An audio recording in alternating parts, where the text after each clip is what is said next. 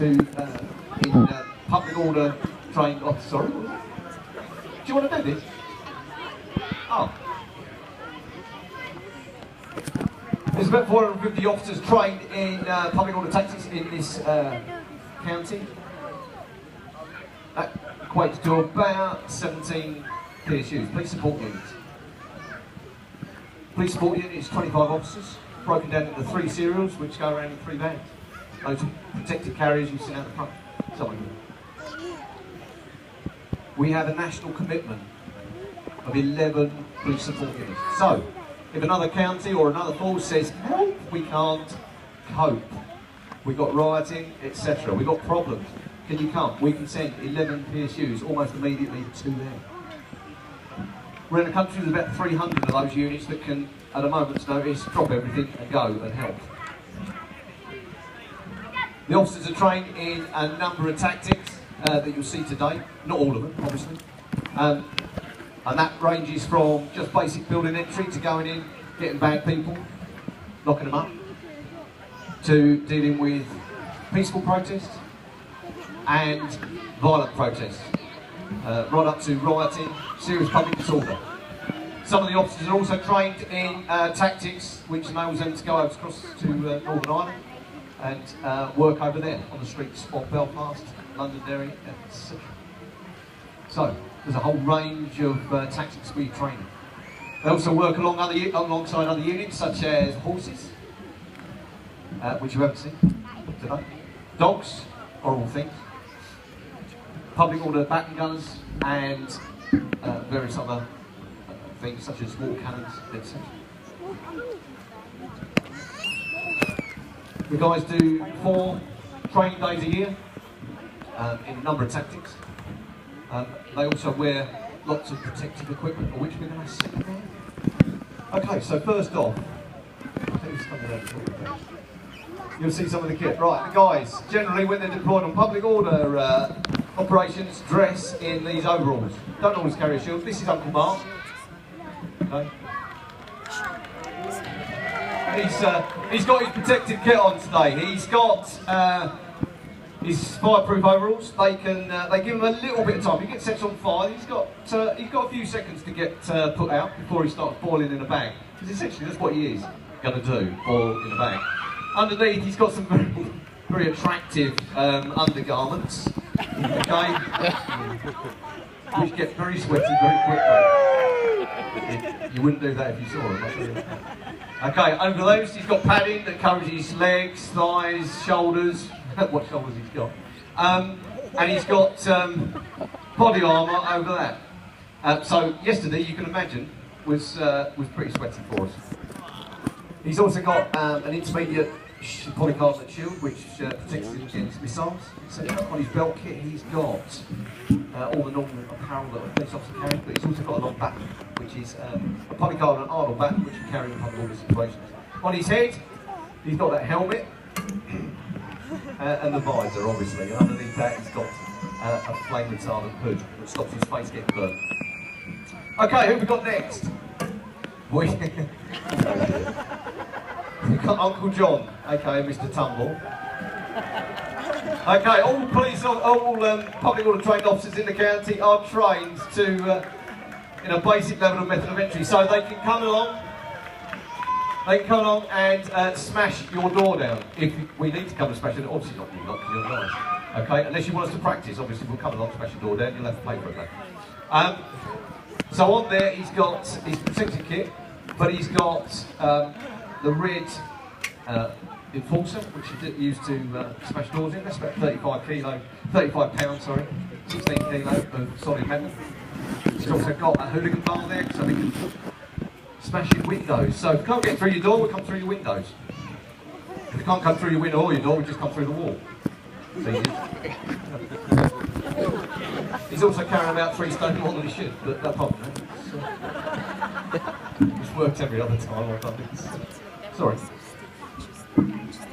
Lucky he hasn't taken his helmet off. Okay, here's Uncle Paul. He's a troublemaker, he's got a camera.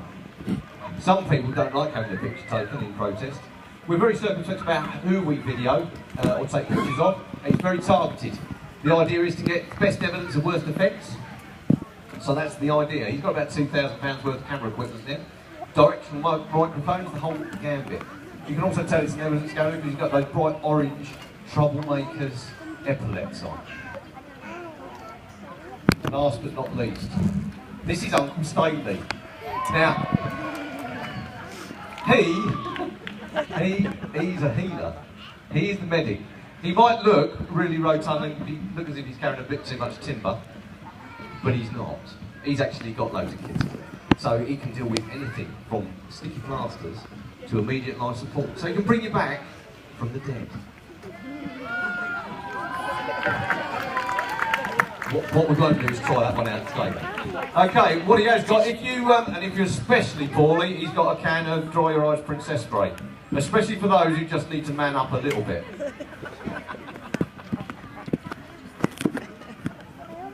Okay.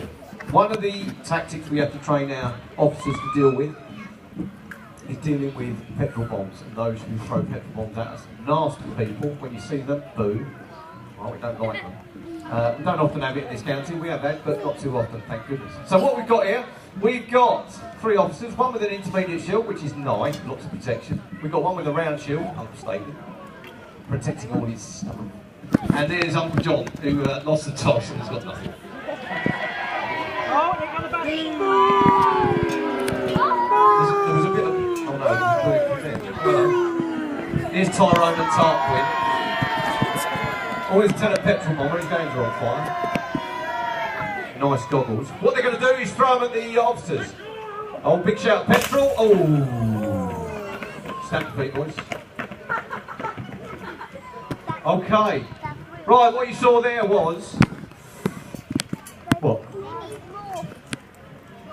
We're doing a medal. Okay, what you saw there, as soon as they saw the petrol bombers, they had a big shout of petrol because they want everybody to know there's petrol bombs being thrown. What they've done is Uncle John, who had nothing, he's put an arm around the bottom of his visor just to stop the fumes coming up underneath his visor. That's a bad day if that happens, generally. The other guys with shields just slanted the shields away and let the fire come up on the outside and the fumes go up on the outside. So that's one of the tactics we use. What we're going to do now is have a little scenario. Generally, what will happen? We'll have bad people doing bad things to some poor innocent person, and then the police will come along, do some policey stuff. Generally, be good people, and generally get the bad guys. Because that's generally what happens most of the time. So what we're going to do is have bad people attending this little street. 1, 2, 3, go.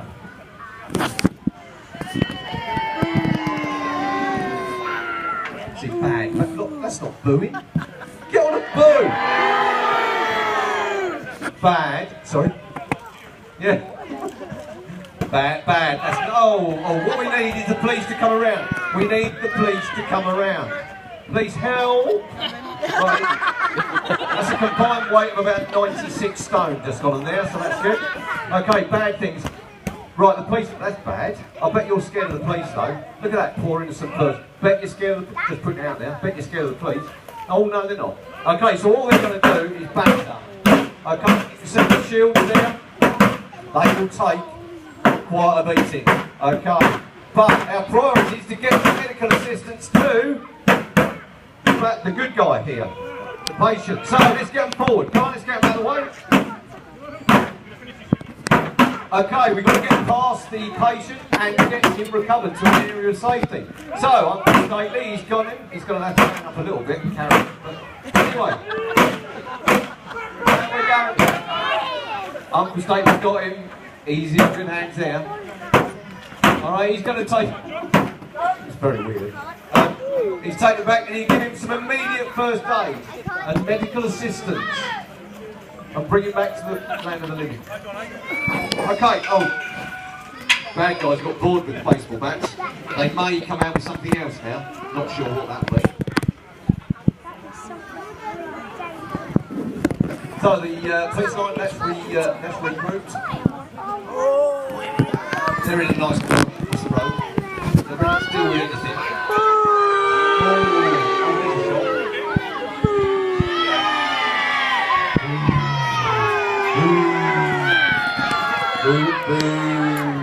Nice goggles. Yeah, whatever. Nice goggles. Go on, smash! Okay, bad guys are now running for their lives. Running for their lives. Scared out of their wits. In your own time. Okay, they're going to barricade themselves in the house. Because they reckon we won't get in. In your own time. It's only a little thing into a little hole, mate. Well done. Lovely. Anyway.